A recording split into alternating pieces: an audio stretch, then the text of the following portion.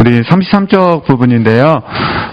이 부분 나누기 전에 잠깐 오늘 아침에 제가 단톡방에 보내면서 시편 73편 말씀을 좀 보냈습니다. 못 받으신 분도 계시겠지만은 이제 그 잠깐만 먼저 좀 나누고 그 다음에 교제하도록 하겠습니다. 그러니까 잠깐 나누고 싶은 주제는 뭐냐면은 시인이 궁구했다는 겁니다. 그러니까 우리 늘 배우셨잖아요. 궁구하는 부분은 이성을 통해서 하는 거거든요. 이성을 통해서. 아니면 우리의 경험을 통해서 하는 부분이죠. 그러니까 물론 여기서 좀 차이점이 있습니다. 저희들이 영적 지각을 늘 배우시잖아요. 영적 지각은 우리에게 연단된 지식이 있기 때문에 연단된 지식이 우리에게 분별하게 합니다. 근데 시편 13편 저자가 지금 직면하고 있는 문제에 대해서는 영적 지각으로는 분별할 수 없는 부분입니다. 어떻게 보면 몰랐다기보다는 알았음에도 불구하고 그의 마음이 처리되지 못했던 부분. 우리가 잠언 말씀에 보면은 악인의 형통함을 부러워하지 말라 그러잖아요. 그럼 당연히 그 시편 73편의 저자가 그 말씀을 아는 것이 정상입니다. 구약시대니까. 그런데 어떤 형태가 됐는지는 모르지만 시인은 궁구함으로 말미암아 이성과 경험을 통해서 악인은 형통하고 선한 사람들은 형통하지 못한 모습을 바라보면서 실족할 뻔하고 미끄러질 뻔했다. 그 내용이잖아요. 그런데 시인이 그걸 이해하기 위해서 이성과 경험을 통해서 궁구했는데 그러면 그럴수록 궁구하면 궁금할수록 더욱더 실족할 뻔하고 그죠? 그 다음에 미끄러질 뻔하게 된 거예요. 안 하면 되는데 안 했으면 실적할 뻔할 필요도 없고 미끄러질 뻔도 없는데 괜히 해가지고 그죠? 괜히 해가지고 영적으로 불필요한 부분 이걸 저희들이 어두운 밤이라 부릅니다. 혼의 어두운 밤. 어두운 밤. 이제 불필요한 부분이죠. 불필요한 부분. 이 지각은 연단된 부분이잖아요. 연단된 지식을 갖고 있기 때문에 우리가 이제 하나님을 아는 지식이잖아요. 연단된 지식. 하나님을 아는 지식 속에서 분별되어지면은 우리에게 평안이 옵니다. 그런데 이 영적 지각이 아니라 이성과 경험을 통해서 분별하려고 하면 궁구하려고 하면 평안이 찾아오는 것이 아니라 더 마음이 복잡해집니다. 마음이 복잡해지고 마음이 산란해집니다. 이게 더 마음이 나뉜다 그럽니다. 그 순간만큼은 어느 누구나 뭐 할까요? 실족할 뻔하고 뭐 하는 거죠? 미끄러질 뻔하죠. 이때 이제 그 결과로 나타나는 게 원망과 시비입니다. 원망과 시비가 나타나게 되는 부분이죠. 그런데 이제 그래도 감사하게 시인은 성소에 들어가게 됐죠. 주의 성소에 들어가서 빛을 받았어요. 그래서 그들의 결국을 깨달았어요. 자, 제가 나누고 싶은 게 여기서부터입니다. 여기까지 서론이었고, 깨닫고 나서 뭐라고 말하냐? 깨닫고 나서 내가 우매무지하고 짐승과 같습니다. 이렇게 말합니다. 짐승과 같습니다. 이건 어떤 의미냐면은 어느 누구나 깨달음이 없으면 다 뭐 같다는 거예요? 짐승과 같다는 거예요. 그러니까 무지하다는 거예요. 무지. 이 무지의 결과가 뭐냐? 실족할 뻔하고 뭐란 거죠? 미끄러질 뻔한 거예요. 인간관계에서든 스스로의 하나님과의 관계성에서든 원망과 시비가 생기는 거죠. 이성으로 이해하려고 하니까. 저는 그래서 이 말씀을 오늘 아침에 읽고 묵상하면서 다시 한번 저 자신의 모습을 깨닫게 됐습니다. 이건 어느 누구나 마찬가지예요. 분별되지 않았을 때 주의 은혜를 구해서 빛을 구해야 되는데 빛을 구하지 않고 이성과 경험을 통해서 궁구하게 되어지면 어느 누구나 우매무지하고, 그 다음에 그렇게 되면 시편 말씀 그대로 깨달음이 없는 성도는 짐승과 같다. 아니, 성경에 그렇게 번역되어 있습니다. 그러니까 저도 그대로 하는 겁니다. 그러니까 우리는 어떻게 되는 거죠? 주께서 주시는 깨달음이 없으면 어느 누구나 우매무지하고 알 수가 없고 뭐 같다는 거예요? 짐승과 같다는 거예요. 짐승과 같은 행동을 한다는 거예요. 그게 이제 본능적인 행동이죠. 그럼 당연히 어떻게 되겠습니까? 원망과 시비하면 하나님 앞에서 실적하지는 않죠. 그러나 실적할 뻔할 수 있고 미끄러질 뻔할 수 있는 부분이죠. 그래서 이 말씀을 묵상하면서 저도 이제 다시 한번 이건 어두운 밤은 어느 누구나 경험하는 거니까 또 경험해야 또 우리가 겸손해지지 않겠습니까? 그래서 혹시 시청자들께서 이런 어두운 밤의 부분을 경험하게 되신다면 잘 한번 좀 시인의 고백이 우리들의 고백이 됐으면 좋겠다. 그래서 이제 하시는 말씀이 이 땅에 이제 저는 참 제가 이제 은혜 받은 말씀이 그 말씀이었어요. 우매무지하에서 나는 짐승과 같은데 그럼에도 불구하고 내가 하나님과 가까이 하니 하나님께서 나를 뭐 해주십니다? 붙잡아 주십니다. 자, 이제 그것도 정확하게 읽어드려야 되겠죠? 네, 제가 읽어드리면은, 자, 우리가 비록 우매무지하고 짐승과 같아도 저와 여러분 항상 뭐 하셔야 되냐? 주님을 붙드셔야 돼요. 그래서 23절 말씀 이렇게 말하거든요. 내가 항상 주와 뭐하죠? 함께하니. 이해되시죠? 이거 우리 시제들께서 깨달음이 있을 때도 주와 함께하시고 깨달음이 없을 때도 주와 함께하시고, 그게 중요합니다. 그랬더니 하나님 어떻게 하셨냐? 주께서 내 오른손을 붙드셨나이다. 그래서 주의 교훈으로 나를 인도하시고 후에는 영광으로 나를 영접하시리니, 그러잖아요. 하늘에서는 주 외에 누가 내게 있으리요? 땅에서는 주밖에 나의 사모할 자 없나이다. 이렇게 고백하거든요. 그래서 저희들이 삶을 살다 보면 정말 잘 이해되지 않는 영역들이 있으실 때 10편 13편 말씀을 묵상하시면서 이렇게 이겨낼 수 있으셨으면 좋겠다. 그런 부분입니다. 그러니까 우리는 항상 깨달음을 구하셔야 됩니다. 주의 성소에 저희는 이 부분은 이제 주님을 구한다 이렇게 배우셨잖아요. 먼저 주님을 묻는다.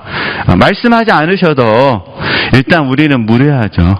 가르쳐주고 가르쳐주지 않고는 하나님의 영역이고, 우리는요 묻는 건 우리 영역이잖아요. 안 가르쳐 주신다고 안 물으면 그건 불충이 되는 거니까. 그래서 이렇게 지혜롭게 한번 적용하시면 되실 것 같고, 이제 어두운 밤 실내로 한번 저에게 오늘 아침에 깨달은 말씀들 같이 나눠봤습니다. 그럼 다시 이제 교재로 돌아가서요.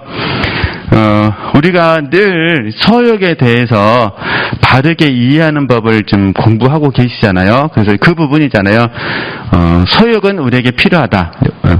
그런데 이제 생존을 위해서 필요하고, 성령께서 만약에 절제하기를 원하시면 우리는 절제해야 된다 배우셨잖아요. 그렇죠? 정리하는 부분입니다. 주를 위해서, 생존을 위해 육체의 소욕을 충족하는 것과 육체를 목적하여 육체의 소욕을 충족하는 것을 바르게 말하는 거죠.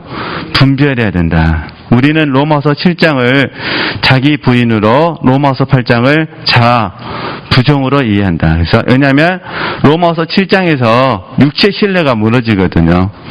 로마서 8장에서는 소욕이 다스려지거든요.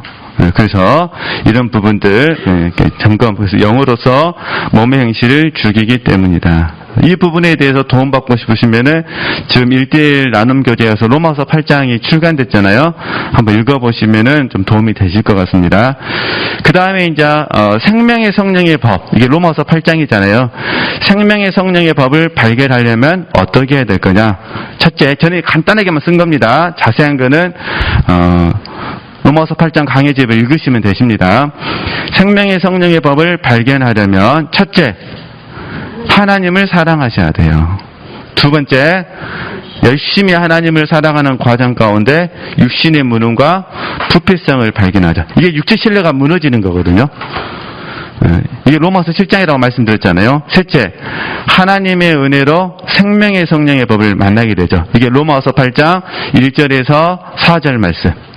그래서 하나님을 사랑하는 우리들에게 생명의 성령의 법을 만나게 하시려고 하나님은 어쩔 수 없이 우리들을 첫 번째 과정과 두 번째 과정으로 몰아넣을 수밖에 없으시다는 거. 그래서 우리가 실패를 하면 힘드니까 원망도 할 수도 있고 불평도 할 수도 있고 또 영적인 메마름도 경험하거든요. 그래서 그러면 별의별 생각들이 머릿속에서 교차할 수 있는데 그런데 놀랍게도 그러다가 깨닫는다는 거예요. 뭘 깨닫느냐? 나는 아무것도 할 수 없습니다. 그러나 주님은 모든 것을 하실 수 있습니다. 그 결과 생명의 성령의 법을 만날 수 있다는 거. 우리는 지식적으로 전적 부패를 알고 있습니다. 하지만 그것은 단지 깨달은 것에 불과하기 때문에 첫 번째, 두 번째, 세 번째를 반복적으로 경험하며 살아야 합니다. 영성은 항상 현재 진행형이기 때문에 우리는 존재뿐만 아니라 상태에도, 지금은 계속 상태에 초점을 맞추셔서 훈련하시는 거예요.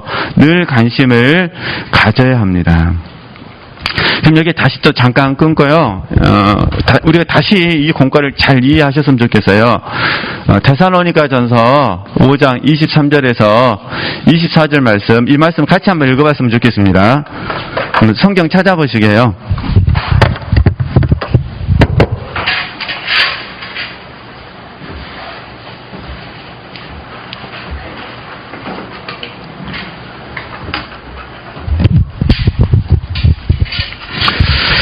네, 저희는 잘 하시는 말씀인데 그래도 한번 같이 좀 찾고 좀 읽어보고 또 믿음을 좀 드렸으면 해서 이 말씀이 지체들에게 정말 기대가 되고 소망이 되셨으면 좋겠습니다. 5장 23절 말씀 제가 읽어가면서 그 의도를 말씀드리겠습니다. 평강의 하나님이 봐보세요. 친히 너희로, 이제 하나님이 하신다는 거예요. 평강의 하나님이 친히 너희로 온전히 뭐게 하시고요. 거룩하게 하시고, 또 너희 온 영과 혼과 몸이 우리 주 예수 그리스도 강림하실 때 흠없게 보존되기를 원하는 거죠. 원한다는 거예요. 그러니까 그 다음에 24절 말씀에 너희를 부르시는 이는 미쁘시니 그러잖아요. 믿을만 하시고 신실하시다, 충성스럽시다, 그런 의미셔요. 그가 또한 뭐 하는 거죠? 이루신다는 거예요. 그러니까 이 사도 바울의 축복의 말씀을 우리가 좀 받아들여서 훈련을 하고 있는데, 하나님이 우리를 온전히 거룩하게 하시고 하나님께서 우리를 보존해 주신다는 거예요. 흠없게. 그죠? 그러니까 제가 지고 싶은 부분은 하나님이 우리를 온전히 거룩하게 하시니까 거룩. 제가 여기다 순전하면 넣겠습니다. 그 다음에 흠없이 보존되길 원한다. 사실 이거 다 같은 의미인데 또 온전함, 순전함 넣어도 상관없습니다. 네. 이게 누가 하신다는 거예요? 하나님이 하신다는 거예요. 하나님이. 그러니까 하나님이 계획하셨고 하나님이 이루신다는 거예요. 이루심. 이 부분에 있어서 하나님이 계획하신 것도 우리가 믿는 것이고 하나님이 이루신다고 우리는 뭐 하는 거죠? 믿는 거죠. 우리는 이 믿음을 따라서 의지를 사용하고 이 믿음을 따라서 의지를 드리는 거죠. 그러잖아요. 그러니까 하나님이 이루신다는 이 믿음, 그리고 하나님이 이루실 것이라는 소망, 기대. 그리고 하나님 지금 열심을 내시잖아요. 하나님의 사랑. 이 가운데 저희들이 순전함과 온전함을 향해서 우리가 추구할 수 있으셨으면 좋겠다, 그런 부분입니다. 근데 이 훈련하는 부분에 있어서 저희들이 너무 비교하는 마음이라든가 전문질을 많이 해요. 이러지 않으셨으면 좋겠다는 거예요. 제가 늘 드리는 부분이 뭐냐면은 중요한 거는 하나님과 나의 문제예요. 그러니까 하나님이 하시겠다는데 그죠? 하나님이 나를 그냥 거룩하게 하시고, 하나님이 나를 순전하게 하시고, 하나님이 나를 온전하게 하시겠다 하는데, 괜히 나는 안 된다고. 그러니까 일단은, 나는 안 됩니다. 이러면 돼요, 안 돼요? 안 됩니다. 이해되시겠죠?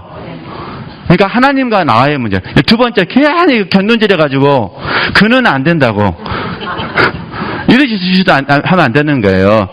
나도 안 되고 그도 안 되는 것이 아니라 하나님이 하시면 나도 되고 그도 되는 거예요. 그리고 지금 내가 보기에 마음에 맞지 않는 부분이 있다 하더라도 그냥 그것은 그냥 하나님께 맡겨드리면 되어질 부분이죠. 이렇게 한번 훈련할 수 있었으면 좋겠다. 저는 말씀을 통해서 굉장히 은혜를 많이 받은 말씀이거든요. 그리고 기회 있을 때마다 또 묵상하고 저도 낙심될 때마다 또 이 말씀을 묵상하는 거죠. 하여튼 저희들이 말씀 읽었는데 그 말씀 봐보세요. 얼마나 은혜가 되는지. 그잖아요. 너희를 부르신 이는 하나님이시잖아요. 하나님은 미쁘시니 그가 또한 뭐리라 이루시리라. 그죠? 이루시리라. 사실 저희들이 좀 부끄러워서 그렇지 지금 내 자신의 모습 보면 사실 마음에 든 사람 한 명도 없잖아요. 근데 그거는 내가 보기에 마음에 안 든 거지. 하나님께서 보시기에는 엄청나게 마음 드실 수도 있어요. 하나님이 저와 여러분을 바라보면서 칭찬하고, 제가 하나님이 아니라 뭐라 말을 못하는데 하나님이 보시기에 너는 나의 기쁨이다, 너는 나의 칭찬이다, 너는 나의 자랑이다, 이렇게 말씀하신다는 거야. 근데 괜히 그 나를 보면서, 안 된 나를 보면서 나는 안 돼, 그도 안 돼, 이러시면 안 됩니다. 이제 좀 생각을 바꾸자는 거예요. 하나님이 하시면 나도 돼. 할렐루야. 네. 그러니까 하나님이 역사하시면 나는 변화됩니다. 하나님이 역사하시면 그도 변화됩니다. 이렇게 좀 적용할 수 있으셨으면 좋겠어요. 제가 이제 과거에, 지금 말고 한참 오래전에 하나님께 좀 제가 좀 불편한 마음이 있어서요. 그래서 하나님께 기도를 했어요. 하나님, 왜 어떤 사람들은 그렇게 영성훈련도 잘하지 않는데 길이 순탄하게 착착착착 풀리고 나는 그냥 20대 중반부터 열린교회에 꽂혀가고 이렇게 그냥 계속 영성훈련 받으면 맨날 이게 고난 가운데만 있습니까? 그런 부분에 대해서 하나님께 소원보다 불편한 마음으로 하나님께 기도를 드렸는데 하나님께서 제게 주셨던 감동, 이건 제게 주신 감동입니다. 동의 안 되시면 다 잊어버리시면 됩니다. 그러죠? 제가 우리 동네에 어느 짜장집이 맛있다고 해서 여러분 다 맛있는 건 아니잖아요.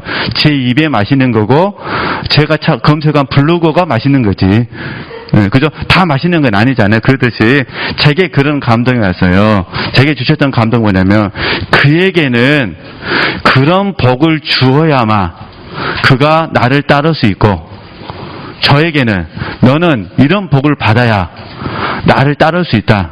할렐루야. 제가 그 말에 할 말이 있을까요, 없을까요? 없었어요. 이야기만 바꿔주시지 이렇게도 못해. 이미 하나님이 뜻을 정하셨으니까 제가 뭔 재주로 하나님께 뜻을 바꿔달라고 기도할 수 있겠어요? 그냥 아멘 할 뿐이죠.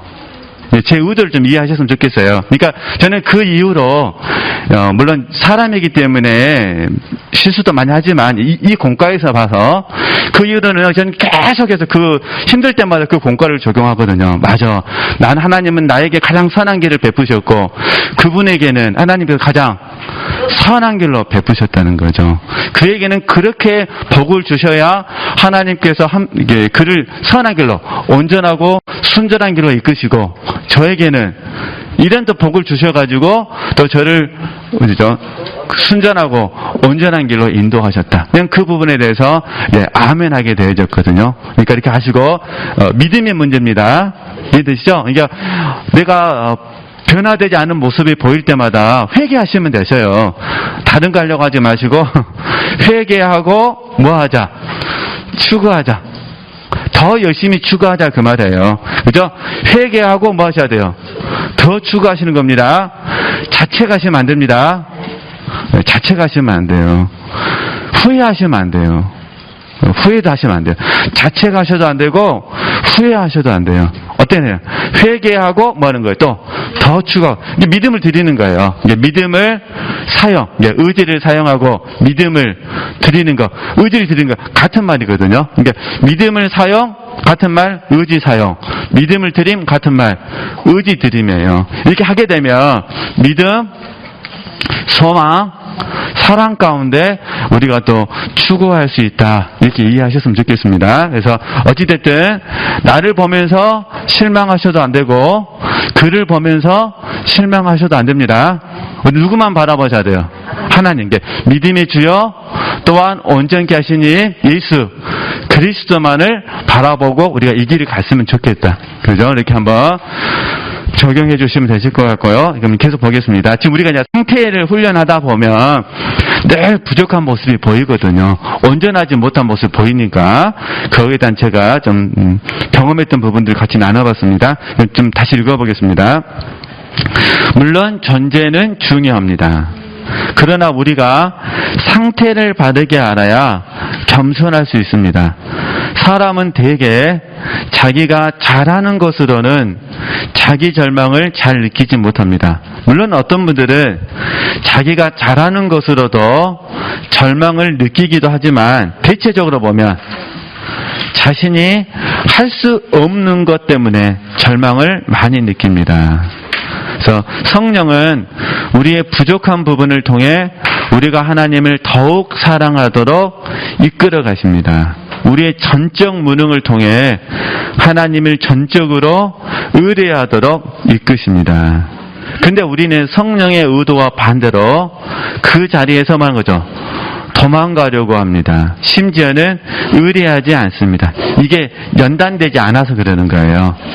그러니까 우리 지금 계속 배우고 계시잖아요. 하나님의 의도와 목적도로 되어질 때 공과를 배웠다. 이렇게 지금 계속 배우고 계시잖아요. 그 연단의 공과거든요. 그러니까 공과를 배우면은 성령의 의도와 목적도로 되어지는 거예요. 이 부분에도 우리가 의리할 수 있으셨으면 좋겠습니다. 그래서 십자가 체험, 요단강 체험이 어려운 것입니다. 부족함을 만날 때마다 십자가 체험으로 전환시켜 주십시오. 그래서 힘들다, 어렵다, 하기 싫다, 그만두고 싶다, 포기하려다 이런 말들을 가능하면 하지 마시고 성령의 다루심 앞에 감사하고 전적으로 성령을 의뢰하고 영적 성장을 추구할 수 있으셨으면 좋겠어요. 네, 그럼 말씀만 제가 불러드릴게요. 이게 지금 이렇게 예수님께서 젊은 간원에게 하시는 말씀이거든요. 한 가지 부족한 것이 있다. 잘하시는 말씀이잖아요. 그러시면서 사람에게는 할 수 없으되 하나님은 하실 수 있다. 그 말씀만. 네. 마태복음 19장 20절에서 21절. 마태복음 19장 20절에서 21절. 그다음에 마가복음 10장 21절, 누가복음 18장 22절. 다 같은 말씀입니다. 한 번 더 불러드릴게요.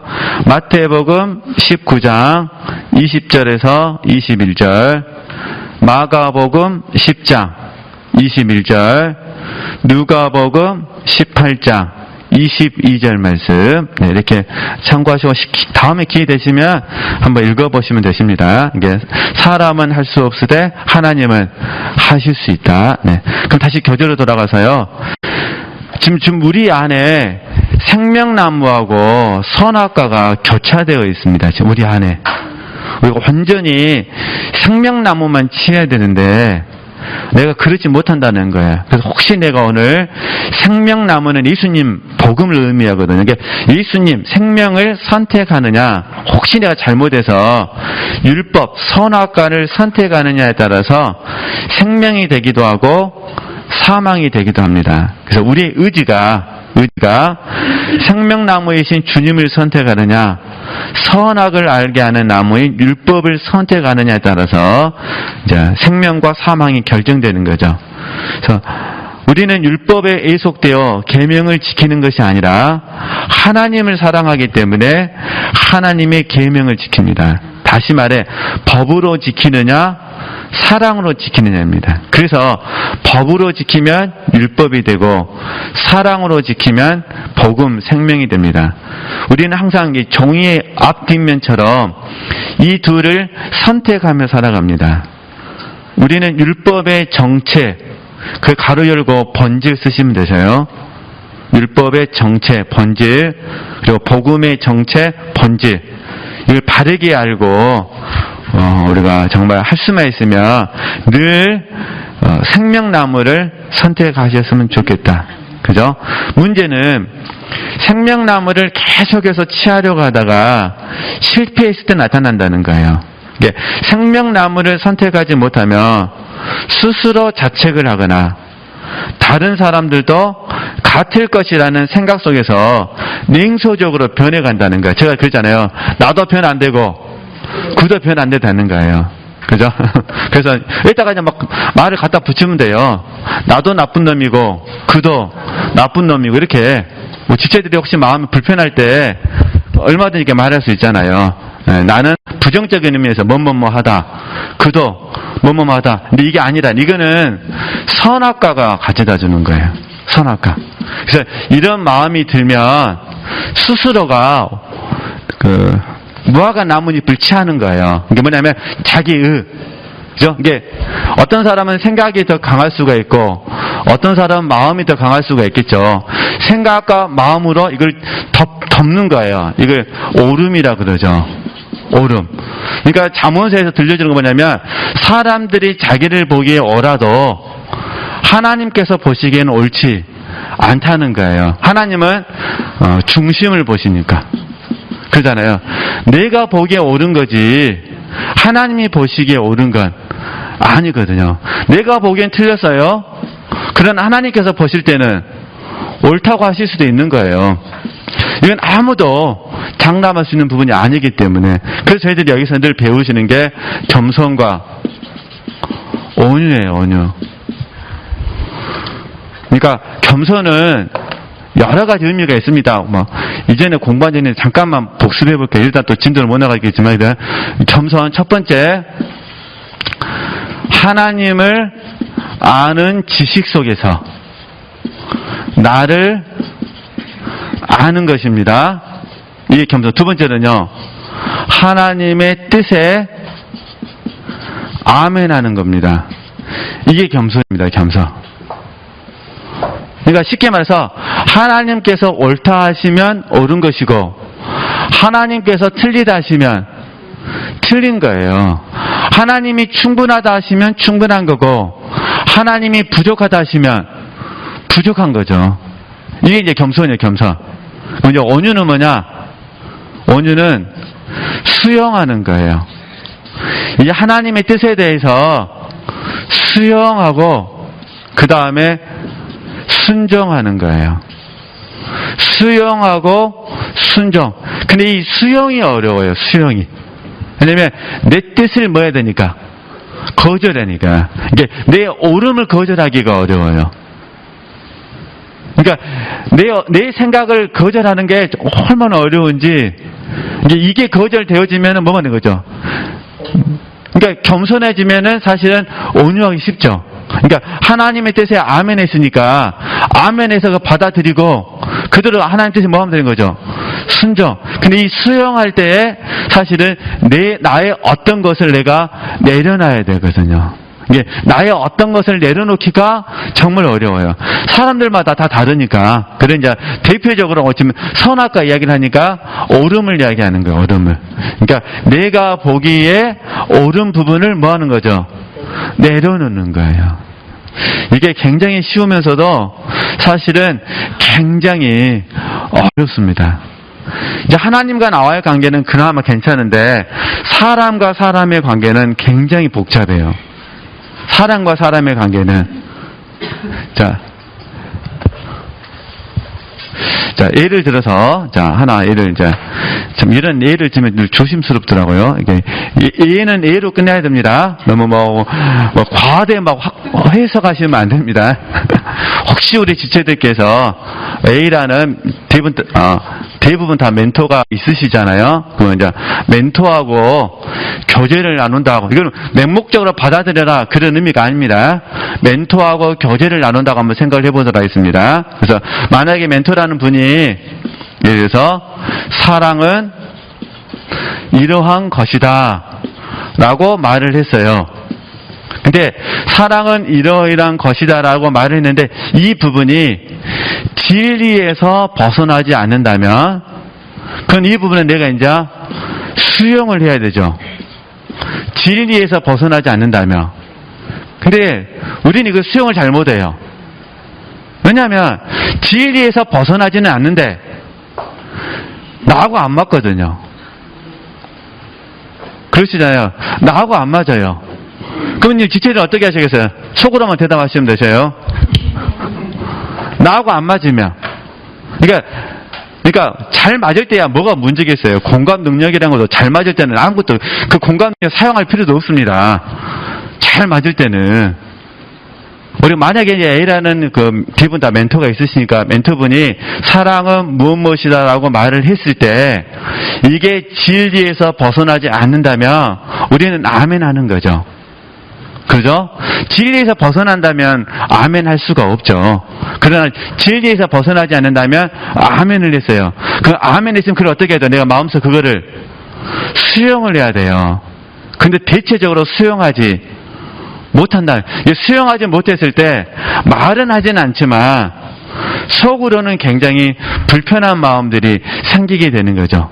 왜냐하면 내 편에서는 동의되지 않거나 무엇보다 내가 그렇게 하고 싶지 않기 때문에 그래서 이게 소욕이라는 문제가 나오는 거예요.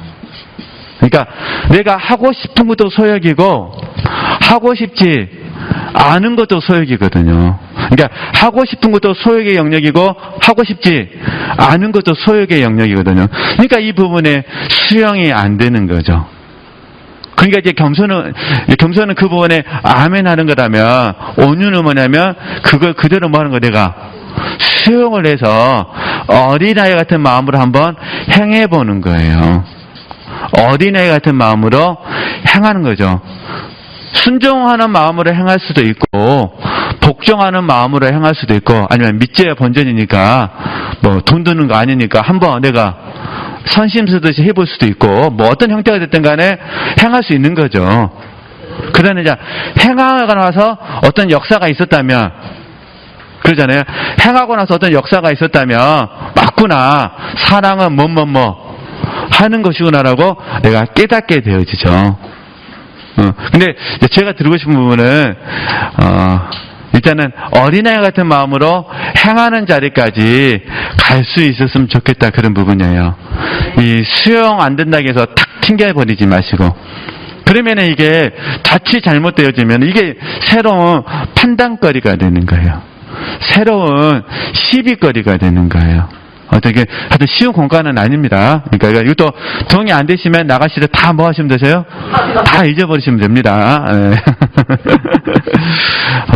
복잡하게 살지 않으셨으면 좋겠어요. 네. 자, 그럼 다시 정리해 드릴게요. 이제 그래서 이렇게 그렇지 봐보세요. 스스로 자책하시면 안 되시고 다른 사람들도 같을 것이라고 생각해서도 안 됩니다. 네, 큰일 납니다. 그래서 우리는 자책하거나 냉소적이 되거나 회의적이 되어서는 안 돼요. 또 다른 사람은 다 돼도 나는 되지 않을 거라고 너무 또 겸손하시면 안 됩니다. 이거는 겸손이 아니라 이거는 교만입니다. 교만. 다른 사람은 다 돼도 나는 되지 않을 것이다. 이렇게 또 말해서도 안 됩니다. 이런 마음들이 모아지다 보면 자칫 잘못하면은 비판적으로 됩니다. 자기 경멸되는 부분이거든요. 그러므로 우리는 날마다 십자가 체험을 해야 합니다. 우리는 나를 바라보는 것이 아니라 주님을 바라봅니다. 믿음의 주여 온전케 하시는 주님을 바라보셔야 됩니다. 주님이 하실 것을 믿으셔야 됩니다. 그러면 우리는 그리스도인들을 죄인이면서 의인으로 보되 그 무게중심이 나는 죄인으로, 상대방은 의인으로. 그래서 우리 이전에 배웠잖아요. 나는 내 안에 있는 들보를 보고, 그죠? 그리고 다른 사람은 티를 보고 이렇게 배우셨잖아요. 그런 의미예요. 즉 각각 다른 사람을 나보다 낫게 여기는 것입니다. 이건 존재론적인 부분이거든요. 그래서 이것은 나를 무능하게 보는 것이 아닙니다. 자, 그러면은 계속 이제 보겠습니다. 시간이 부족하니까 좀만 더 읽을게요. 문제는 은혜가 떨어졌을 때입니다. 자, 은혜가 있을 때는 상관이 없어요. 근데 은혜가 떨어졌을 때, 그러면 은혜가 떨어진 이유는 하나님께 책임이 있을까요? 나에게 책임이 있을까요? 나에게 책임이 있는 거잖아요. 이게 은혜가 떨어지면, 이 말은 교만해지면 그 말이에요. 은혜가 없어지면 다 교만해지거든요. 교만하게 되면 그 말입니다. 나는 죄인이면서 의인이지만 죄인의 모습이 안 보이는 거예요. 내 안에 있는 지성이 안 보이는 거예요. 들보가 안 보인다는 거예요. 그리고 상대방을 보면서 의인의 모습이 잘 보이지 않게 된다는 것이죠. 그래서 리차드 포스터는 영적 성장과 훈련이라는 책에서 영성훈련은 좋은 것인데 은혜가 떨어지면 법만 남게 되어서 영성주의, 율법주의가 될 가능성이 많다고 했습니다. 영성훈련이 율법주의가 되면 서로 판단하고 정죄합니다. 그 순간만큼은 하나님의 사랑이 없습니다. 이게 제일 중요한 건 뭐냐면요, 우리는 사랑하라는 계명을 버려서는 안 됩니다. 참 어려운 공과예요. 우리에게 원수가 없을 때는 전혀 문제가 안 되는데 원수가 있을 때는, 물론 이 원수도 이제 어떤 의미냐에 따라 차이는 달라지겠죠. 그러나 우리는 절대적인 명제잖아요. 하나님을 사랑하라, 그 다음에 이웃을 사랑하라. 그죠? 내 몸같이 사랑하라. 하나님을 사랑하라, 이웃을. 이게 최고의 명령이거든요. 계명이에요, 계명. 그죠? 어떤 이유를 대해서라도 이 계명을 포기해서는 안 되는 거예요.